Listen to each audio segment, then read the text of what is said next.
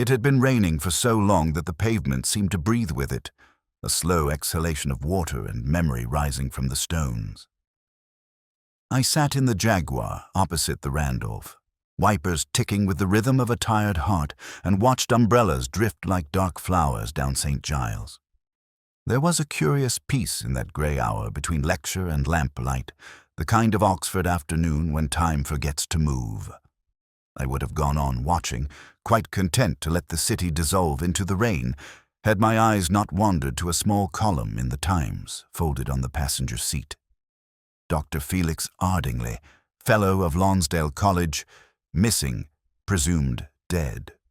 The name arrested me in the way an unfinished chord might. I had known Ardingly in that distant professional way.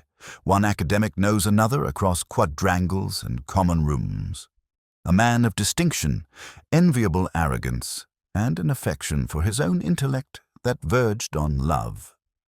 We had met once at a recital of Schubert Lieder, and I remembered his voice rising a little too confidently during the interval, expounding upon mortality in translation. He had called the song cycle too sentimental for German taste.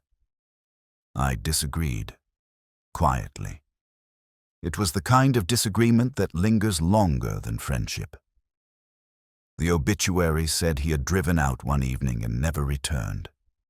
His Morris Minor had been found abandoned near Port Meadow, door open, keys still in the ignition as though interrupted mid-thought. The Thames had yielded nothing, though it seldom does when one asks politely.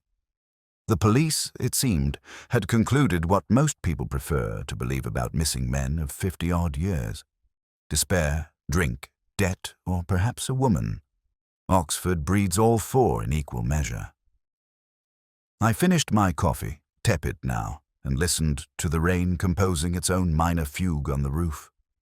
Lewis would have said it was none of our business, and perhaps he'd have been right, but there was something in the phrasing, presumed dead, that irritated the logical part of my mind. Presumed by whom and on what evidence? The city presumes too much.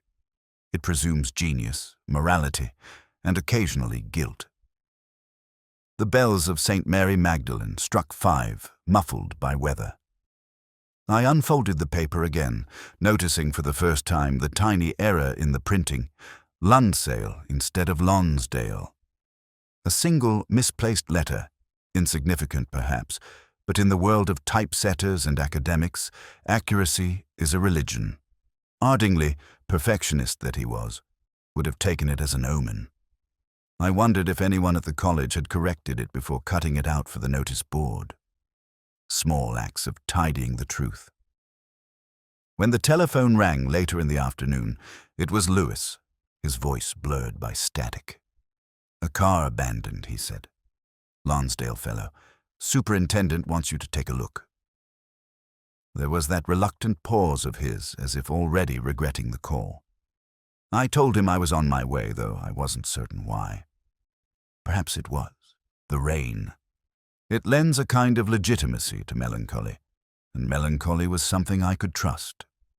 Driving north along Banbury Road, I thought again of Ardingly, a man who quoted Latin epigrams at committee meetings and once lectured on the psychology of Ovid's exile. There had been rumors, of course, a vanished grant, an entanglement with a visiting scholar, a dispute over authorship. But in Oxford, rumor is less a sin than an art form. What intrigued me was not what people said about him, but what they left unsaid. By the time I reached the river, dusk had swallowed the meadow in mist. The Morse stood where they said it would, half sunk in mud, lights extinguished but door ajar. A constable hovered nearby, eager to go home. The interior smelled faintly of pipe smoke and damp wool. On the passenger seat lay a notebook, its cover smeared with rain. Inside, a single entry written in the neat, spidery hand I remembered from college minutes. Thursday. Truth or nothing. I closed the book, unwilling to smudge the words further. Truth or nothing. Outside, the river kept its own counsel, black and quiet under the drizzle.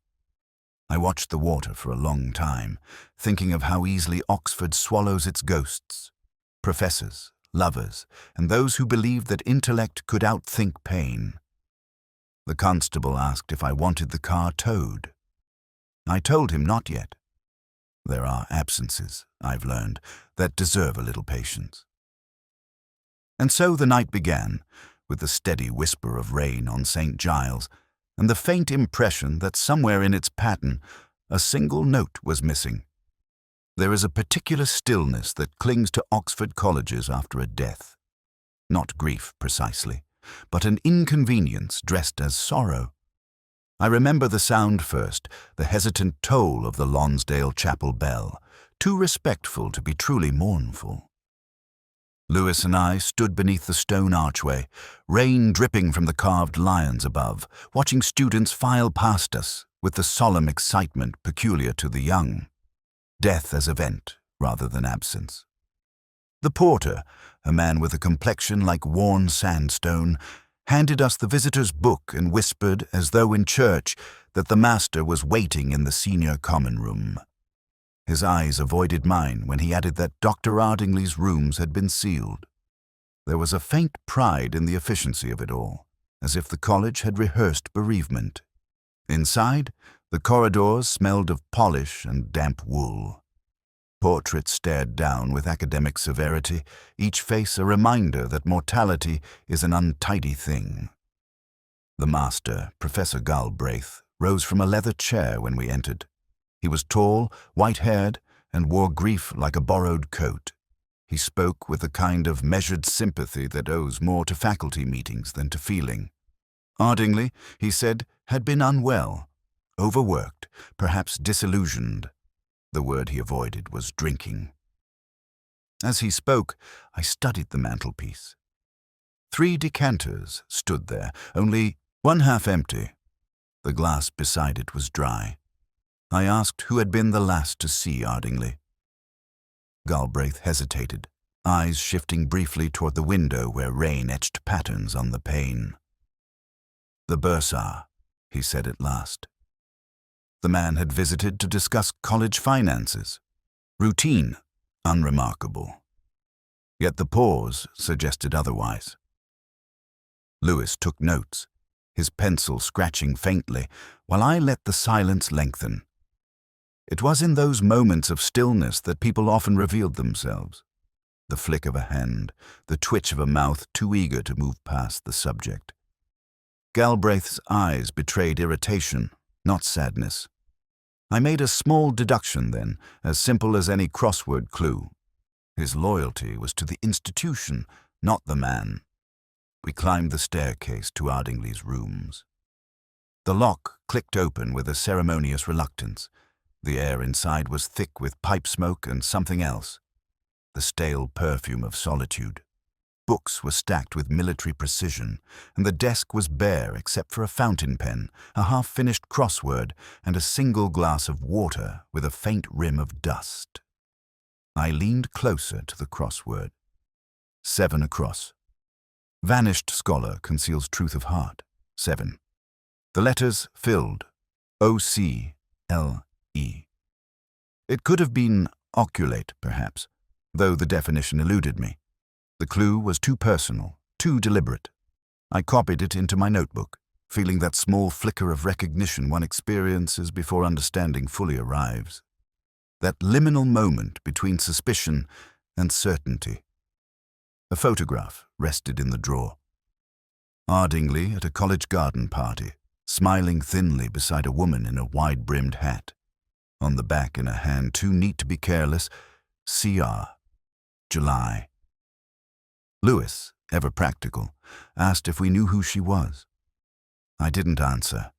The initials sat uneasily in my mind, as if waiting for context to give them meaning. Before leaving, I noticed a faint indentation on the carpet near the window, the ghost of a suitcase recently removed. No one had mentioned travel. Galbraith had said unwell, not departed. The implication hung there, unacknowledged, like the smell of tobacco still embedded in the curtains. Outside, the quad shimmered with rain. Students crossed beneath umbrellas, laughing now, freed from ceremony. Lewis asked if I believed Ardingly had drowned himself. I said I believed very little, which was true. Belief, like love, is an untidy luxury. What interested me was not where the man had gone, but why he had chosen to leave the crossword unfinished. The photograph was one of those small square prints that once came from chemists in paper envelopes, the corners already softening with time. I remember holding it beneath the reading lamp in my office that evening, its sepia edges reflecting the lamplight like a held breath. A woman stood near the river, hair pinned in a way that belonged to another decade, a wide-brimmed hat shadowing her face. The water behind her was calm, but there was something unsteady in the tilt of her shoulders, a composure rehearsed rather than felt. On the back, in Ardingly's precise script, 2 letters. CR. I've always believed that handwriting reveals more about a man than his confession ever could. Ardingly's was elegant, correct, self-conscious, the kind of hand that avoids sentiment but cannot help showing a trace of it anyway. I traced the letters with my thumb, thinking how little the heart cares for symmetry. Lewis came in with the thin folder we had managed to compile. College statements, the coroner's report, a copy of the missing person notice. He looked at the photograph, frowned, and asked if she was the reason Ardingly vanished. I told him it was too early to decide whether she was cause or consequence. He muttered something about women and trouble, which I pretended not to hear. Later, in the small hours, I telephoned the registry at St. Hilda's. A Clara Rainsford had once lectured there. Classics, retired early after some unspecified illness. The secretary's tone changed when I asked if she had forwarding details. A pause, long enough to suggest discretion rather than forgetfulness, and then the answer. A flat in Jericho, recently vacated. Gone to Venice, apparently. I thanked her, though the word felt inadequate in my mouth. Jericho at dawn has a particular quiet, the kind that feels earned rather than granted. The narrow streets smelled faintly of coal smoke and bread, and somewhere a milk float made its slow, metallic whine. The caretaker of Clara's building let us in without protest. The flat was sparsely furnished, a few books on a table, a half-empty bottle of Chianti, and a window left slightly open to the rain. It was not the disorder of departure that struck me, but its precision. A mind had packed with intention. Lewis found the note on the mantelpiece, weighted by a glass paperweight shaped like a heart. Gone to Venice, it read. Nothing more. The handwriting was round, graceful, but the pressure of the pen suggested haste. I stood by the window, looking at the imprint of a suitcase in the carpet. She had left, but not recently. Dust had already begun to settle in the grooves of the absence.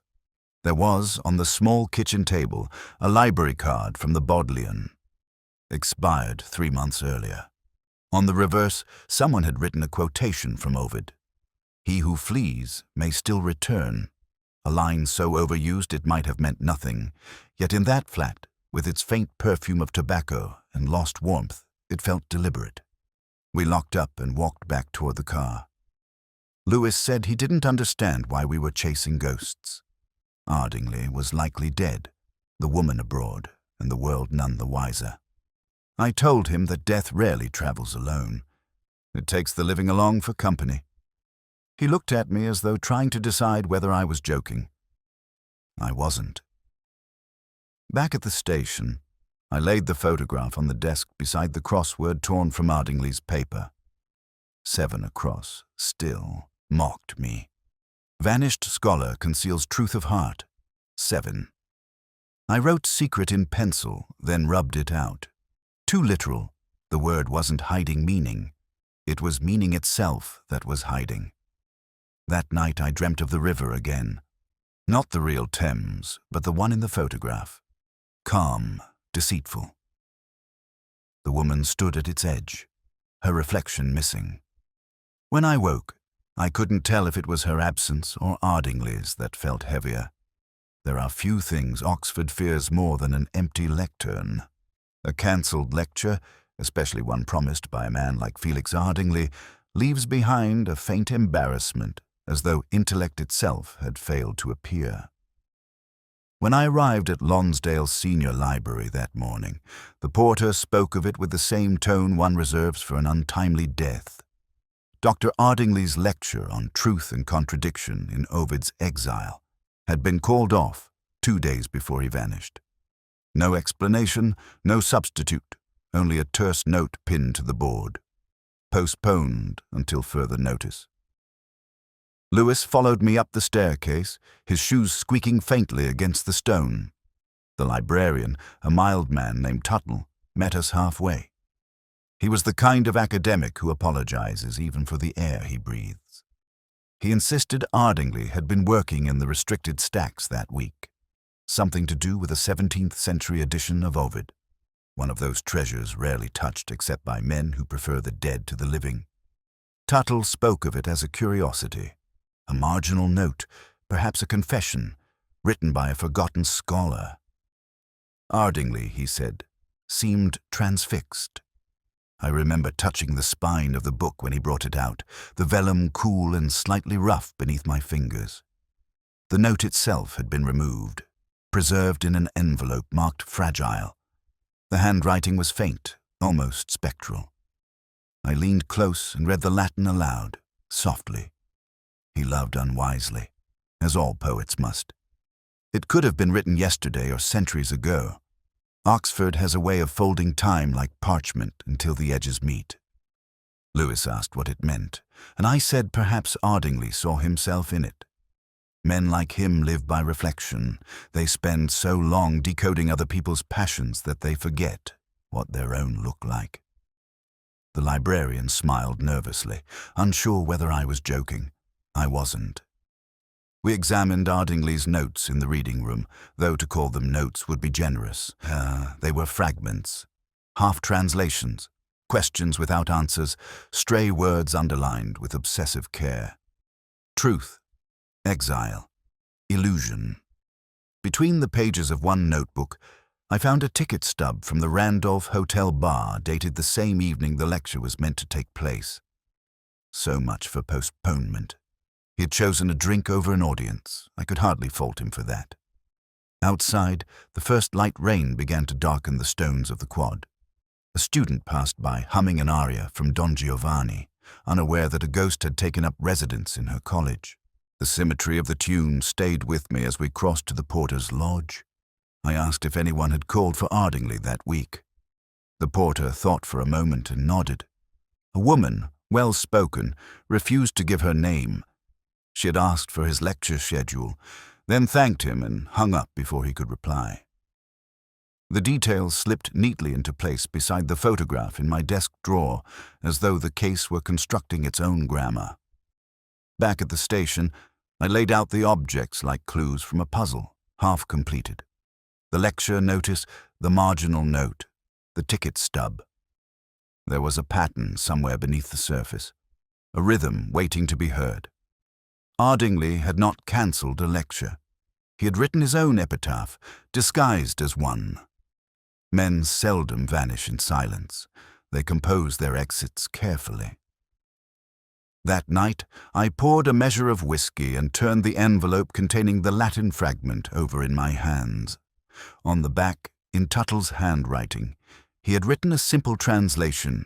He loved unwisely, as all poets must. I thought of the woman in the photograph, her face half hidden by a river's reflection, and wondered whether the missing lecture had been meant for her ears alone. The rain began again outside, steady, persistent, and not without grace. He was the kind of student Oxford produces when brilliance turns slightly sour. Clever enough to know it, and too young to bear the burden of it gracefully. Daniel Fairley, 3rd year, Classics, former protégé of Dr. Ardingly, now the subject of that peculiar pity reserved for the living appendages of the recently dead. Lewis and I found him in his rooms above a bicycle shop on the High. The curtains were drawn, though it was midday, and the air smelled of smoke and nervousness. He offered us tea he had no intention of making. His fingers, I noticed, kept tracing the spine of a book on his desk, The Metamorphoses, translation by Rolfe Humphreys, well-thumbed, margins inked with small defiant arguments against the translator's choices. A bottle of Bell's stood half-empty beside it, as if scholarship and self-destruction shared a timetable. He began with flattery, always a mistake with me, saying that he'd read about my past cases, that I seemed a man who understood failure.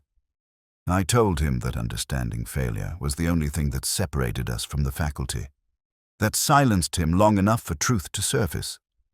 Ardingly, he said, had been more than a mentor. He'd been a mirror, the kind that doesn't forgive. He spoke of late-night tutorials filled with Latin and whiskey, of being made to recite Ovid until dawn, while Ardingly corrected him, not on grammar, but on emotion. "You translate like a coward," the Don had told him once. I asked what he meant. Fairley looked away and said quietly that Ardingly despised restraint, that he believed beauty demanded confession. Lewis shifted impatiently, the sound of his pencil scratching across the page.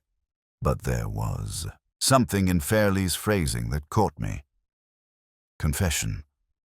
I asked whether Ardingly had been confessing to him. The boy's jaw tightened. "No," he said, warning me. He opened a drawer then, slowly as though rehearsing the motion of guilt, and took out an envelope, yellowed at the edges. "He told me to burn it if anything happened," he whispered, but curiosity, that incurable Oxford disease, had prevailed. He had read it, of course. It was addressed to C.R., the same initials scrawled on the photograph. I asked what was inside. Fairley hesitated, eyes flicking to the window as though expecting the Don's ghost to appear on the wet glass. "Only a few lines," he said. Something about the heart being both exile and home. He didn't understand it. Few people ever do when they're young. He handed me the envelope, but it was empty, its meaning already consumed by his own regret. There was a record playing faintly on the gramophone behind him, Verdi's Requiem. The needle stuck every few seconds, repeating the same mournful phrase. It sounded less like music than memory trying to correct itself. As we were leaving, Lewis asked the practical question, did he think Ardingly had taken his own life? Fairley gave a short, brittle laugh. If he did, he'd have written a footnote first. Outside, the afternoon had begun to dissolve into drizzle. The river smell carried up the high, damp and vegetal. I looked at the envelope again beneath the lamplight, and noticed something Fairley hadn't. Along the inner flap, barely visible, were faint pencil impressions, the kind left when a sheet of paper is written upon and removed. I took a pencil from my pocket, shaded gently across it, and the outline of a single word appeared. Truth. Lewis asked if it meant anything. I told him not yet.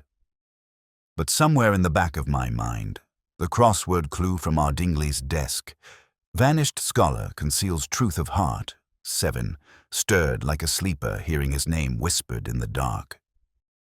That night, long after the city had settled into its usual scholarly silence, I could still hear the broken record turning in my head. The same phrase, repeating, refusing to end.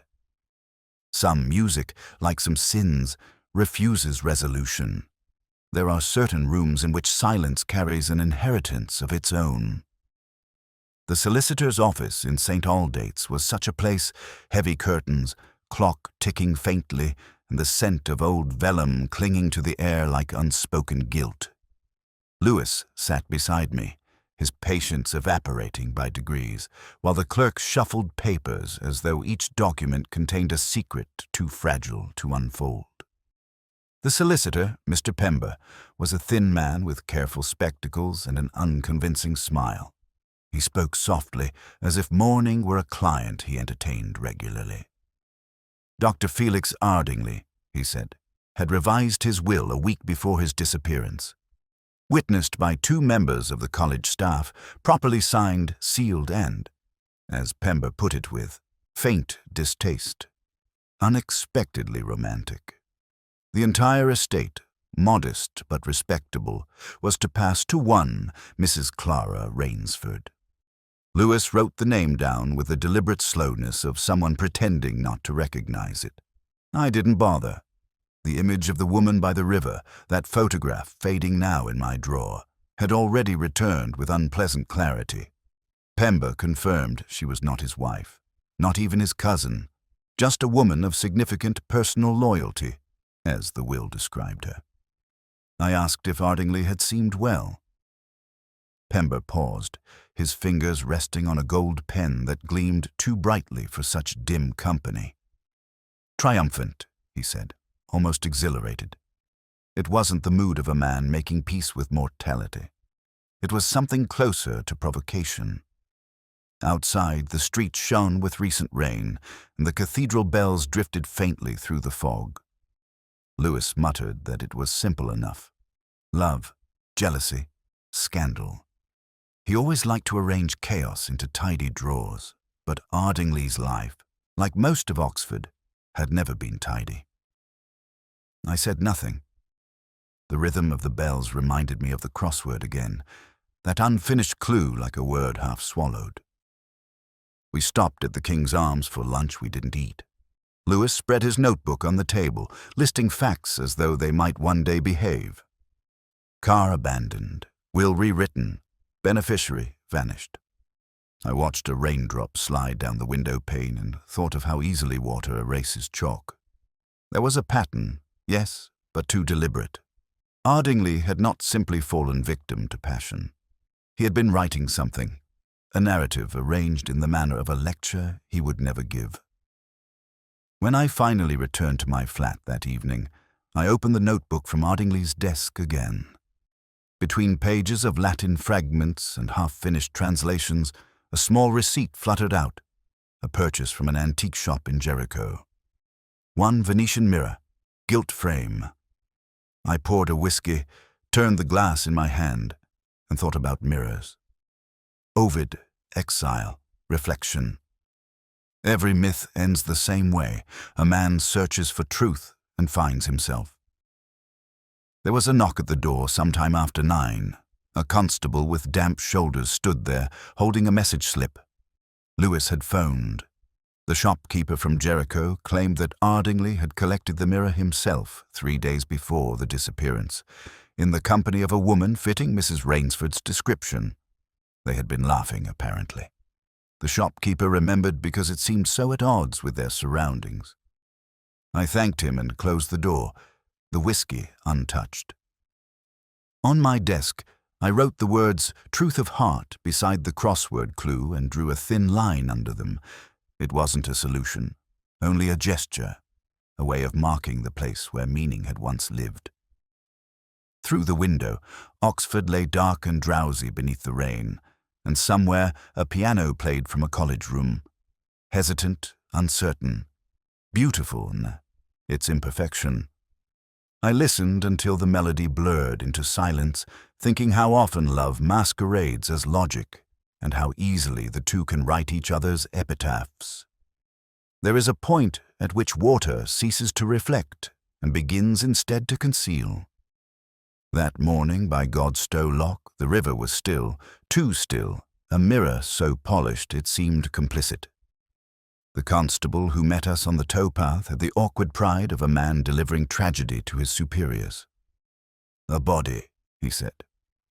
"Pulled from the reeds just after dawn. A man, middle-aged. No wallet, no watch, no witnesses." He waited for my reaction, as one might wait for thunder after lightning. Lewis and I followed him down to the bank. The body lay on a tarpaulin, the face swollen by water and time. Even death can look theatrical if the lighting is right. He said they'd found the clothes caught on a branch farther upstream. Tweed jacket, college tie, good shoes. The shoes caught my attention. The soles were almost new. Ardingly had been meticulous about everything except footwear. His were always worn, scuffed, disreputable, like a philosopher's conscience. I told the constable to cover the man again. "The river gives up only what it wants to," The newspapers were quick to christen the corpse. Lonsdale Fellow found dead near Oxford. The photograph they used was one of Ardingly in his prime, unsmiling, hand resting on a lectern, the eyes already belonging to a man rehearsing absence. I should have felt vindicated. Instead, I felt only irritation at the neatness of it, the story told too quickly. Lewis brought coffee into my office that afternoon and suggested we close the file. Dental records would confirm, he said. I asked if he'd ever noticed how often truth arrives with impeccable timing. He frowned, mistaking philosophy for fatigue. Later, when the results came in, I wasn't surprised. The dental work didn't match. A single extraction unaccounted for. The body belonged to someone else. A vagrant, perhaps, or a man who had chosen to stop being himself. The papers printed a correction the next day, small and embarrassed, but by then the damage had been done. A man presumed dead is almost as unreachable as one who truly is. It was around this time that Clara Rainsford's passport was used at Heathrow. Lewis found that detail buried in the routine reports. A flight to Milan, purchased weeks earlier. But no one could say if she had actually boarded. The woman at the check-in desk remembered only that the traveller wore gloves. It seemed an absurd thing to notice, and yet I couldn't forget it. Gloves in September, concealment dressed as decorum. That evening I sat alone with the lecture notes we'd recovered from Ardingly's rooms.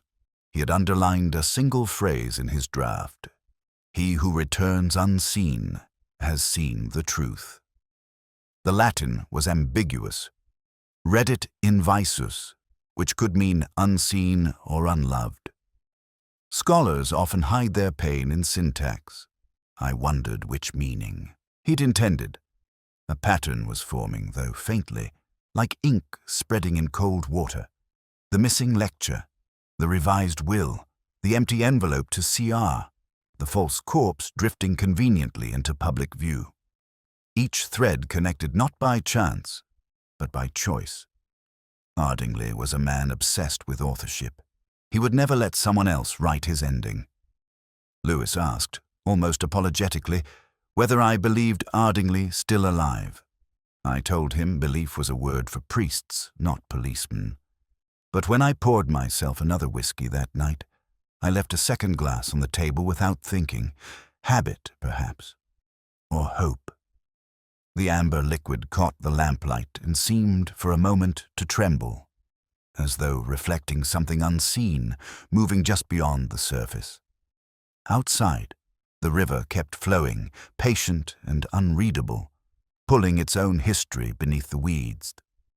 Some truths drown quietly. Others learn how to swim. It was Lewis who found it, though he didn't know what he'd found. He'd been sorting through the last of Ardingly's belongings, muttering about wasted hours and unpaid overtime, when he handed me a slim volume of Ovid's Tristia. The book was water-stained, spine split, the kind of object that would have meant little to anyone else. But inside, tucked between the pages like a confession, was a folded sheet of paper, creased, yellowed, and faintly perfumed with something that didn't belong to men or libraries. The handwriting was Ardingly's, precise and deliberate, as though he'd been carving rather than writing. The lines, written first in Latin and then translated beneath, formed a short poem. It spoke of a river that forgets its source, of reflections that lie, of love that hides itself in plain sight. I read it aloud to the empty office while Lewis stared out of the window, unimpressed. Poetry, to him, was merely a code that refused to reveal its answer. He asked what it meant. I said it meant what all poems mean, exactly what they don't say. Still, something in the phrasing unsettled me. The final line, in particular, "To vanish is one thing, to be seen vanishing is another." It was the kind of sentence that reads like philosophy but behaves like evidence. Lewis left soon after, muttering about dinner. I stayed behind, tracing the ink with my thumb. Ardingly had been a scholar of control. His lectures, I had attended one long ago, were exercises in restraint, each idea revealed reluctantly, as if knowledge were an intimacy to be rationed. Yet here, in these lines, there was something naked, almost reckless. The rhythm was uneven. One word had been crossed out so violently it tore the page beneath. Whatever he had been concealing, he'd done so imperfectly. I lit a cigarette, despite the notice forbidding it, and read the poem again. The river forgets its source. I thought of Godstow, of the false corpse and the too clean shoes. The river hadn't been lying. It had been cooperating, hiding what it had. Been asked to. Reflections that lie. I pictured the photograph of Clara Rainsford, her image caught on the river bank, the water behind her calm as glass. And then the third line, love hides itself in plain sight. It came to me suddenly, not as revelation, but as irritation. The crossword clue from Ardingly's desk, vanished scholar conceals truth of heart. 7 wasn't a description, but an instruction. To conceal truth of heart, to hide the word core, perhaps, inside another. Or core, Latin for heart. I reached for the poem again and let my eyes scan the initial letters of each line. C, O, and then E core, hidden in plain sight, just as he'd promised. I felt neither triumph nor satisfaction, only that quiet, reluctant admiration one feels when recognizing the elegance of another mind. It was a message, certainly, but not to me. Perhaps to her, or to himself. Men like Ardingly could never resist composing their own epitaphs. The following morning, I took the poem to Lonsdale College. The librarian, Tuttle, looked both fearful and flattered by my request.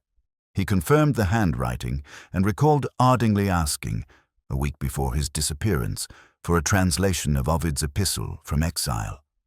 I asked which one. He hesitated before answering, to the faithful wife he wronged. When I left the library, the quad was filled with late autumn light, that thin, melancholy brightness that makes the world look as though it's remembering something. I stood there for a while, the poem folded in my coat pocket, and watched the leaves drift down like old letters no longer needed. That evening, I read the poem once more before locking it away. There are messages, I've learned, that are meant to be half understood. To read them fully would be to erase the man who wrote them. Some errors are too precise to be mistakes. I had been sitting by the window that evening, the radio murmuring something forgettable, when a line from Professor Galbraith's earlier conversation returned to me, quiet but persistent. Felix quoted it wrongly, of course. The heart has its reasons that reason knows not. At the time, I'd let it pass. Scholars misquote constantly, even on purpose. But Ardingly, never.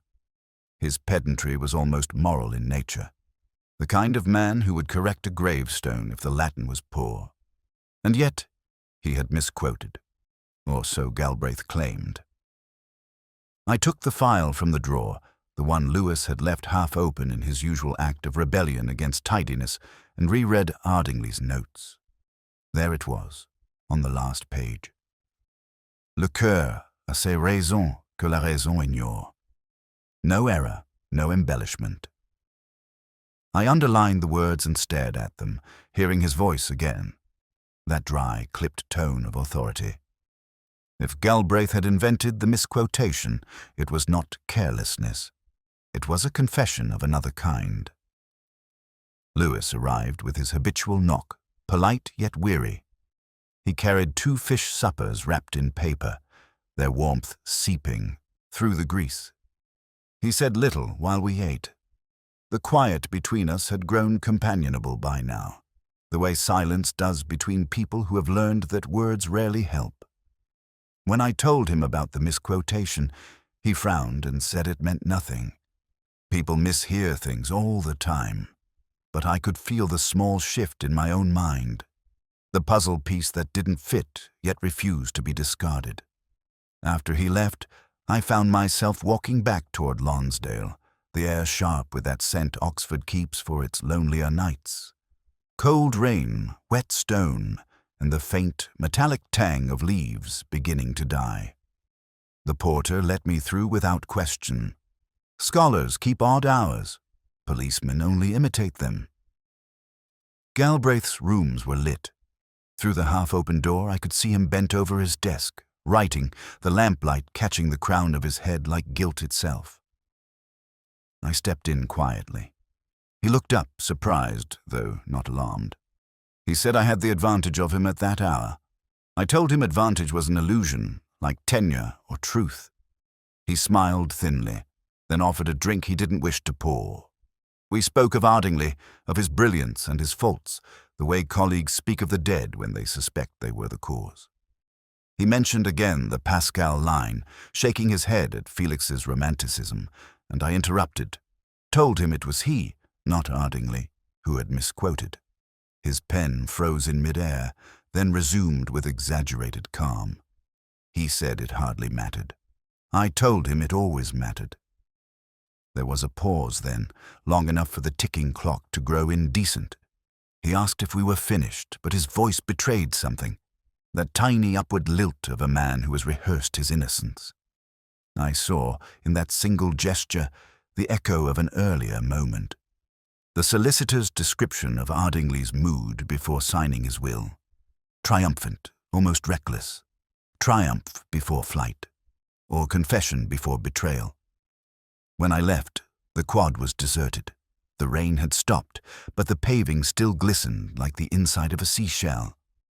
I paused beneath the archway and looked back at the light in Galbraith's window. A scholar awake past midnight, composing a paper on ethics, perhaps, or a letter he would never send. Back in my flat, I poured a whiskey and wrote a note to myself on the crossword scrap. Misquote, message. Error as code. Then I folded it away.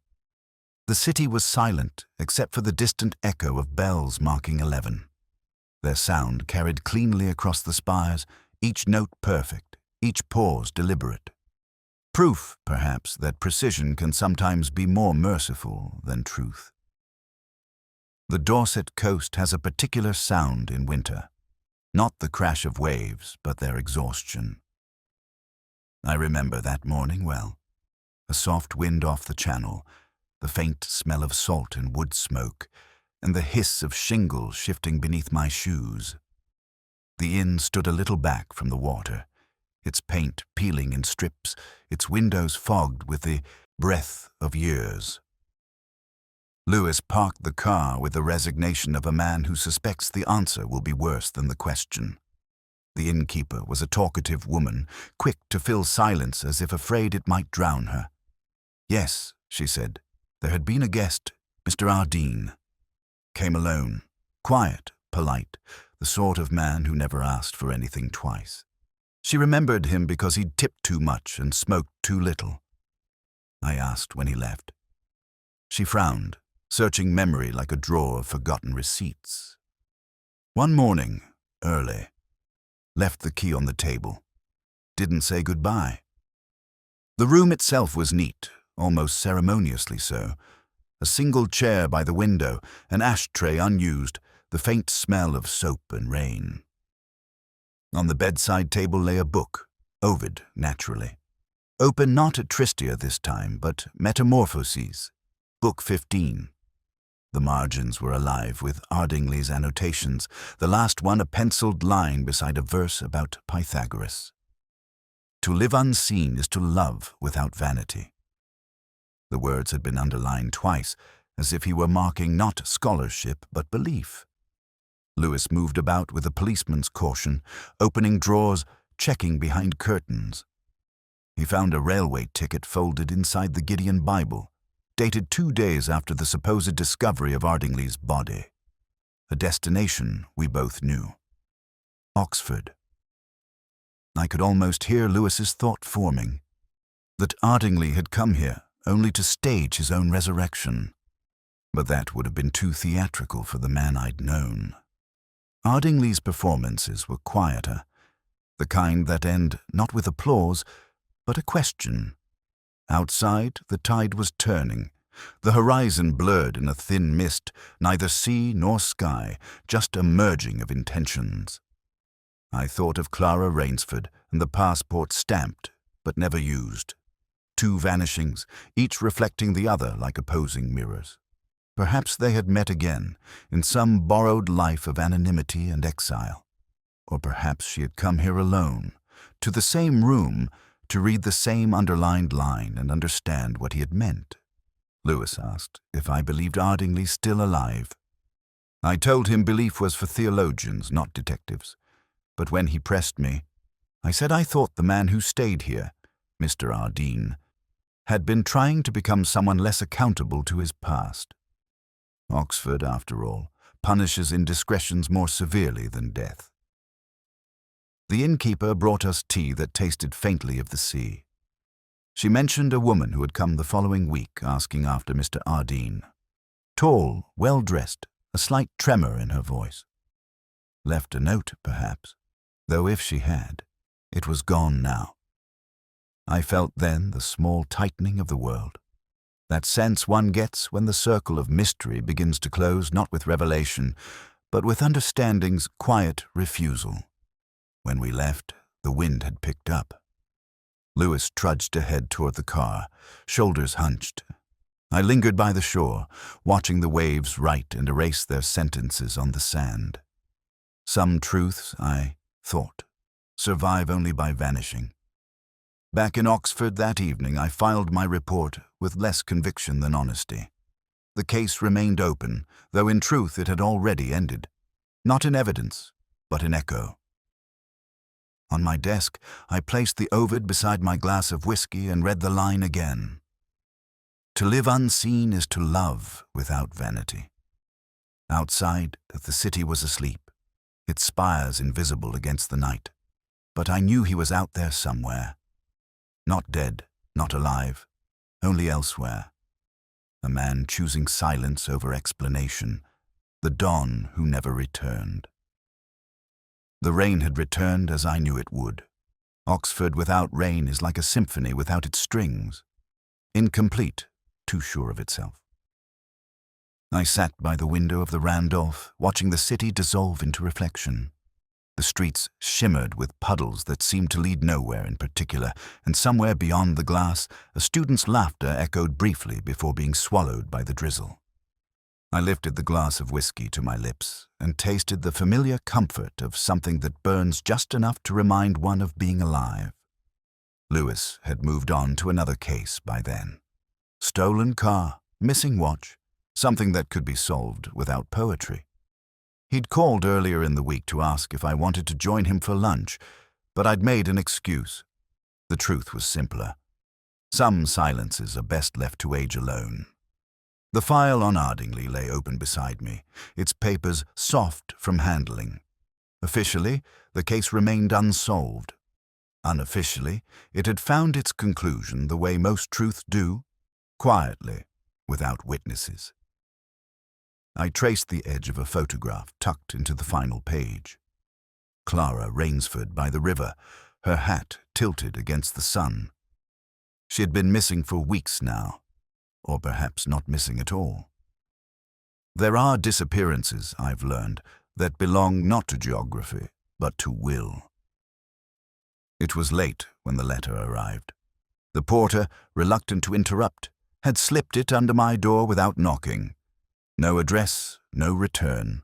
Just my name written in that unmistakable, deliberate hand. Felix Ardingly's. I turned it over once before opening it, as though some part of me wanted to preserve its mystery a little longer. Inside was a single sheet of paper and a pressed violet. The ink, though faint, was unmistakably his.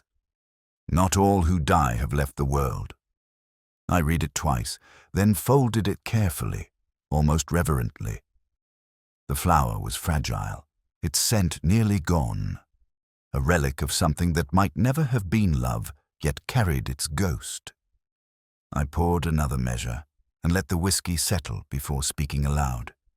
Not to the dead, but the vanished. "You were right," I said quietly. "Truth does not survive confession."